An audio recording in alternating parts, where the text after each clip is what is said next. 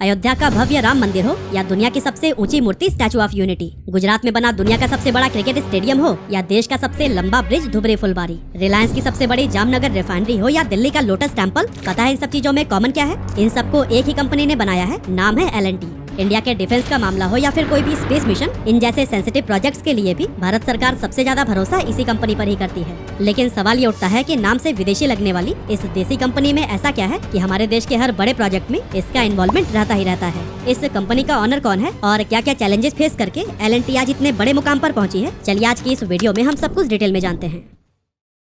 तो दोस्तों, कहानी की शुरुआत होती है सोरेन क्रिस्टियन टुब्रो नाम के एक आदमी से, जो कि एक सिविल इंजीनियर थे और डेनमार्क की एक company FL Smith and company में काम किया करते थे। अब चूंकि FL स्मिथ इंडिया की सीमेंट फैक्ट्रीज के लिए मशीनरी और इक्विपमेंट सप्लाई किया करती थी, इसीलिए साल 1934 में ये कंपनी क्रिस्टियन टुब्रो को भारत भेजती है ताकि वो मशीनरीज को इंस्टॉल करके उसके फंक्शंस को समझा सके। इसके 4 साल बाद यानी 1938 में यही सेम कंपनी हेनिंग हॉल क्लार्सन नाम के एक केमिकल इंजीनियर को भी इंडिया भेजती है, जो कि इत्तेफाक से टुब्रो के पुराने स्कूलमेट निकल जाते हैं और फिर एक साथ काम करने के दौरान इनके बीच बहुत ही अच्छी बॉन्डिंग हो जाती है। अब इंडिया में रहते टाइम ही एक बार ये दोनों दोस्त छुट्टियां मनाने के लिए माथेरान जाते हैं, जो कि मुंबई के पास बसा एक हिल स्टेशन है। वहाँ टुब्रो लार्सन से कहते हैं कि इंडिया में इंडस्ट्रियल और टेक्नोलॉजिकल डेवलपमेंट का बहुत ज्यादा स्कोप है और अगर इस देश को अंग्रेजों से आजादी मिल जाती है तो यहाँ इंफ्रास्ट्रक्चरल ग्रोथ के और भी ज्यादा मौके मिलेंगे। और दोस्तों, इसी पोटेंशियल का ही फायदा उठाने के लिए ये दोनों दोस्त साल 1938 में एक ओरल एग्रीमेंट के जरिए मुंबई के अंदर अपनी कंपनी लार्सन एंड टुब्रो यानी कि L&T की शुरुआत कर देते हैं। ओरल एग्रीमेंट का मतलब है कि कंपनी को अभी लीगली रिटर्न में इनकॉर्पोरेट नहीं किया गया था। L&T का पहला ऑफिस एक छोटे से कमरे में था, जिसमें सिर्फ एक टेबल और कुर्सी रखने की जगह थी।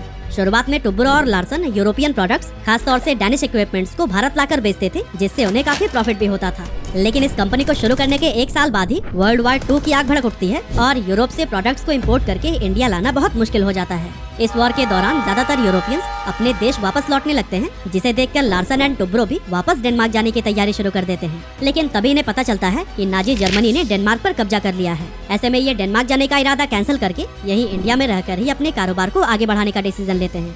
और फिर कुछ टाइम इधर उधर हाथ पैर मारने के बाद इन्हें युद्ध में डैमेज हुए पानी के जहाजों को रिपेयर करने का काम मिल जाता है। इसके लिए ये मुंबई के सांता क्रूज में एक छोटी सी वर्कशॉप खोलते हैं और L&T के अंडर ही हिल्डा लिमिटेड नाम की एक नई कंपनी बनाते हैं, जो कि स्पेशली जहाजों को रिपेयर करने का ही काम करती है। इसके बाद आता है साल 1940, जब इस कंपनी के हाथ में एक बहुत बड़ी अपॉर्चुनिटी लगती है, क्योंकि पहली बार इन्हें टाटा ग्रुप के लिए काम करने का मौका मिलता है। असल में टाटा ग्रुप सोडा ऐश यानी कि वॉशिंग सोडा का प्लांट खोलना चाहता था, जिसके लिए वो जर्मन इंजीनियर्स को हायर करने वाला था। लेकिन वर्ल्ड वॉर 2 के दौरान उन जर्मन इंजीनियर्स को नजरबंद कर दिया गया था, जिस वजह से टाटा का ये प्रोजेक्ट डिले होने लगा। और जब टाटा ने देखा कि युद्ध तो बढ़ता ही जा रहा है, तो और इंतजार न करते हुए उन्होंने इस प्रोजेक्ट को लार्सन एंड टुब्रो को सौंप दिया। L&T के लिए ये एक बहुत बड़ा प्रोजेक्ट था, जिसमें वो किसी भी तरह की गड़बड़ी नहीं चाहते थे। इसीलिए वो प्लांट के इंस्टॉलेशन को लेकर सबसे पहले खुद को एजुकेट करते हैं, बारीकी से इसकी सारी प्रोसेस को समझते हैं और फिर बहुत ही कम समय में इस प्रोजेक्ट को कंप्लीट करके टाटा का भरोसा जीत लेते हैं। इसके बाद 1945 में जब वर्ल्ड वॉर 2 खत्म होता है, तो फिर इंडिया में आजादी की लड़ाई तेज हो जाती है, जिसे देखकर L&T को अंदाजा हो जाता है कि अगर भारत आजाद हुआ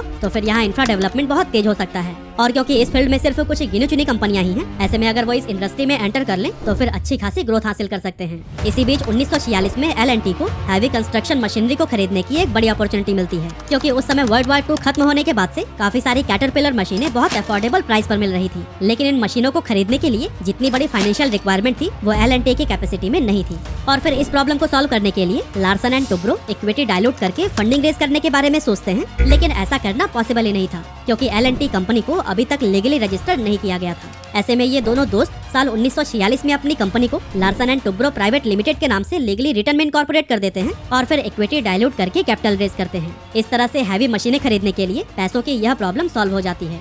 L&T के साथ ही साथ 1946 में ये दोनों दोस्त अपने कंस्ट्रक्शन प्रोजेक्ट के लिए engineering construction and contract limited यानी कि ECC नाम की एक अलग कंपनी भी बनाते हैं, जो कि आज भी L&T का कंस्ट्रक्शन डिवीजन है। कंपनी बनाने के बाद बहुत ही जल्द उन्हें western railway, Bombay municipal corporation और ACC जैसे बड़े क्लाइंट्स मिल गए। और फिर इस सफलता के बाद 1947 तक L&T ने भारत के 3 बड़े शहरों मद्रास, कलकत्ता और दिल्ली में अपने ऑफिस खोल लिए।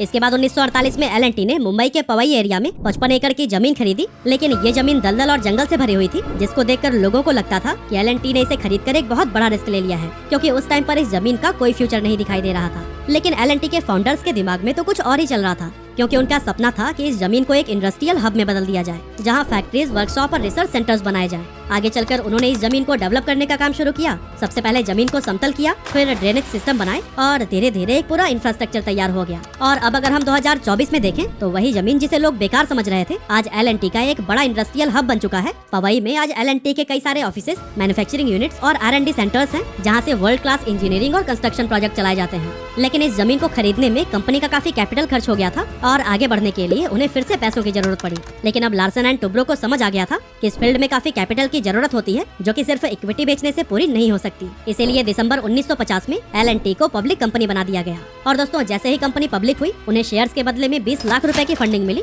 जो कि आज के समय में लगभग 30 करोड़ रुपए के बराबर होते हैं। अब यहाँ तक L&T सिर्फ छोटे मोटे प्रोजेक्ट्स पर ही काम कर रही होती है, लेकिन इस कंपनी को पहला हाई बजट प्रोजेक्ट मिलता है 1956 में, जब इन्हें श्रीलंका में एक ब्रिज बनाने का काम सौंपा जाता है। असल में ये bridge the bridge on the River Kwai नाम की एक फिल्म के लिए बनाया जा रहा था और इस पुल को बनाने में 8 महीने का समय लगा, जिसे कि 30 सेकंड में ही डिस्ट्रॉय कर देना था। लेकिन सबसे बड़ी समस्या आई इसके बजट में, क्योंकि शुरुआत में इसका बजट 8 लाख रुपए तय हुआ था, लेकिन पुल को बनाने में 16 लाख रुपए का खर्चा आ गया। और फिर जब कंपनी ने फिल्म के प्रोड्यूसर सैम स्पेगल से एक्स्ट्रा कॉस्ट की मांग की, तो उन्होंने देने से साफ इनकार कर दिया।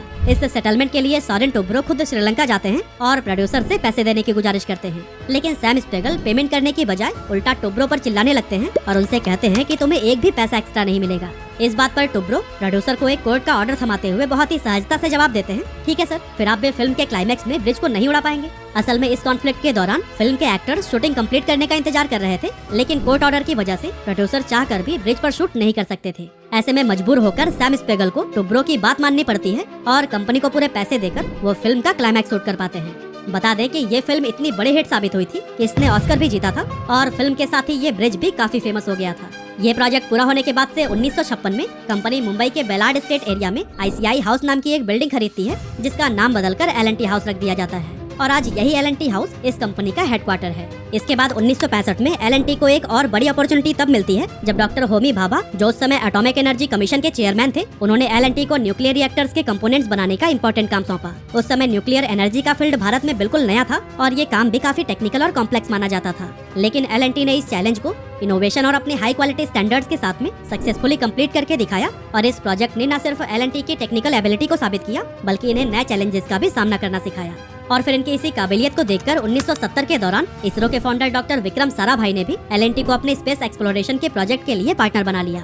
ये L&T के लिए एक और बड़ा माइलस्टोन साबित हुआ, क्योंकि स्पेस एक्सप्लोरेशन जैसे एडवांस और फ्यूचरिस्टिक क्षेत्र में काम करने का मौका पाकर L&T ने खुद को एक ट्रस्टवर्दी पार्टनर के रूप में एस्टेब्लिश कर लिया था। इसी बीच सोरेन क्रिस्टियन टुब्रो भारत में लगभग 3 दशकों तक काम करने के बाद से वापस अपने वतन डेनमार्क लौट गए। हालांकि 1981 तक वह L&T के बोर्ड से जुड़े रहे, लेकिन इसके बाद 1982 में उनका निधन हो गया, जो कि L&T के लिए एक बड़ा नुकसान था। वहीं दूसरी तरफ लगातार 4 दशकों तक काम करने के बाद 1978 में कंपनी के दूसरे फाउंडर हेनिंग हॉल्क लार्सन ने भी चेयरमैन के पद से रिटायरमेंट ले ली और भारत में ही रहने लगे, क्योंकि भारत में रहते हुए उन्हें यहाँ से इतना लगाव हो गया था कि इंडिया को ही वो अपना दूसरा घर कहते थे। उन्होंने यहाँ की नागरिकता भी ले ली थी और अपना आखिरी समय मुंबई में ही बिताया। लार्सन के इस्तीफे के बाद से NM देसाई को चेयरमैन की सीट सौंपी गई और फिर उनकी लीडरशिप में भी L&T ने कई सारे बड़े प्रोजेक्ट्स को एग्जीक्यूट किया। जैसे कि 1980 के दौरान L&T ने defence research and development organisation यानी कि DRDO के साथ में अपनी पार्टनरशिप की शुरुआत की। हालांकि उस समय गवर्नमेंट ने L&T को डायरेक्टली डिफेंस इक्विपमेंट बनाने का लाइसेंस तो नहीं दिया था, लेकिन फिर भी कंपनी ने DRDO के साथ मिलकर डिजाइनिंग और डेवलपमेंट प्रोग्राम में एक्टिवली पार्टिसिपेट किया। और फिर धीरे धीरे ये पार्टनरशिप इतनी मजबूत हो गई कि आज L&T मिसाइल सिस्टम और सबमरीन जैसे कॉम्प्लेक्स डिफेंस प्रोजेक्ट में भी DRDO के ही साथ मिलकर काम करती है और भारत के डिफेंस सेक्टर में भी ये एक बहुत इंपॉर्टेंट कंपनी बन चुकी है। इसके बाद से CR रामाकृष्णन के लीडरशिप में 1986 के दौरान दिल्ली के फेमस लोटस टेम्पल का कंस्ट्रक्शन पूरा हुआ, जो कि अपने यूनिक आर्किटेक्चर और स्पिरिचुअल सिग्निफिकेंस के लिए पूरी दुनिया में जाना जाता है। और दोस्तों, L&T ने अपने बिजनेसेस को इंटरनेशनल लेवल पर भी काफी एग्रेसिवली एक्सपेंड किया है और आज के टाइम पर यह 50 से भी ज्यादा देशों में काम कर रही है। अब दोस्तों, इस समय तक तो सब कुछ ठीक चल रहा था और कंपनी भी नए नए टारगेट्स को हिट करती जा रही थी, लेकिन 2001 में कुछ ऐसा हुआ कि L&T का अस्तित्व खतरे में पड़ गया। अब इस पूरी स्टोरी को समझने के लिए हमें 80s की शुरुआत में जाना होगा, जब दुबई बेस्ड एक इंडियन बिजनेसमैन मनु छाबरिया की नजर L&T पर पड़ी। मनु चाहते थे कि वो इस कंपनी को एक्वायर कर लें, इसीलिए उन्होंने धीरे धीरे करके 1998 तक L&T के 1.5% स्टेक खरीद लिए। मनु की इस मंशा को L&T के उस समय के चेयरमैन AM नायक भांप चुके थे, इसीलिए उन्होंने इस मामले में इंडिया के सबसे अमीर व्यक्ति धीरूभाई अंबानी से मदद मांगी। धीरूभाई अंबानी ने इस टेक ओवर अटेम्प्ट को रोकने के लिए काफी मदद की और L&T के 12.5% स्टेक स्टेक को खरीद लिया, जो कि आगे चलकर 18% तक एक्सपेंड हो गया। इसके कुछ समय बाद धीरू भाई कंपनी के बोर्ड मेंबर बन गए और साथ ही उन्होंने अपने बेटों मुकेश और अनिल अंबानी को भी बोर्ड में शामिल कर लिया। यह देखकर एएम नायक को अब ये डर सताने लगा था कि कंपनी पर कहीं रिलायंस का ही कब्जा ना हो जाए। और फिर साल 2001 में कुछ ऐसा हुआ कि नायक की परेशानियां और भी ज्यादा बढ़ गईं, क्योंकि अंबानी परिवार ने अपने 18% स्टेक्स बिरला ग्रुप की ग्रासिम इंडस्ट्रीज को बेच दिए। ग्रासिम का सीमेंट बिजनेस था और एल&टी भी सीमेंट इंडस्ट्री में थी, इसीलिए दोनों के बीच में डायरेक्ट कंपटीशन हुआ करता था। और कुमार मंगलम बिरला खुद भी एल&टी को काफी समय से एक्वायर करने का सपना देख रहे थे, इसीलिए बिरला की ग्रासिम ने एल&टी में हिस्सेदारी बढ़ाने के लिए ओपन ऑफर पेश किया ताकि एग्जिस्टिंग शेयर होल्डर्स अपना शेयर उन्हें बेच दें। एल&टी के लिए ये एक बहुत मुश्किल समय था, लेकिन एएम नायक ने हार नहीं मानी और उन्होंने अपनी कंपनी को बचाने का एक नया तरीका निकाला, एल&टी एम्प्लॉय ट्रस्ट। इस इनिशिएटिव के तहत एल&टी के एम्प्लॉइज को कंपनी के शेयर्स खरीदने का मौका दिया गया। साथ ही नायक ने उनसे अपील की कि हमें इतना अच्छा काम करना होगा कि कंपनी के रिजल्ट शानदार आए और इसके शेयर की कीमत भी ऊपर ही बढ़ती जाए। साथ ही इस पूरे मामले को सेबी के पास भी ले जाया गया, जिसके बाद से सेबी ने मार्केट को फेयर एंड ट्रांसपेरेंट रखने और मार्केट मैनिपुलेशंस के कॉन्सर्न को देखते हुए बिरला ग्रुप को रिस्ट्रिक्ट कर दिया कि वो एल&टी के और ज्यादा शेयर्स नहीं खरीद सकते। इसी बीच नायक और एल&टी एम्प्लॉय ट्रस्ट ने भी कंपनी को बचाने की पूरी ताकत लगा दी थी।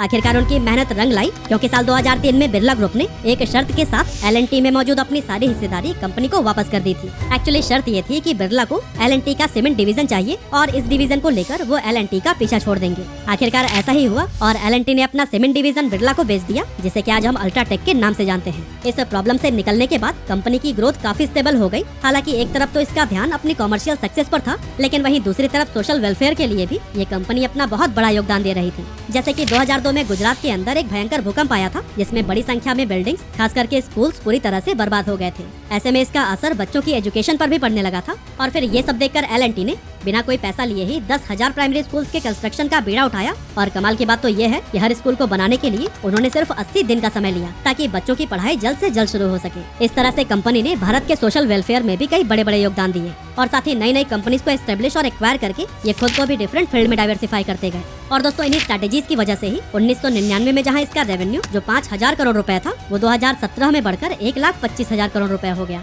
जबकि आज इस कंपनी का मार्केट कैप 5.22 ट्रिलियन रुपीस तक पहुंच चुका है। और दोस्तों, ये सब पॉसिबल हो पाया है लार्सन एंड टुब्रो के विजन, उनकी मेहनत और कभी हार न मानने वाले जज्बे की वजह से, जिसने इंडिया को एक ऐसी कंपनी दी जो हमेशा देश के डेवलपमेंट के प्रति समर्पित रही है।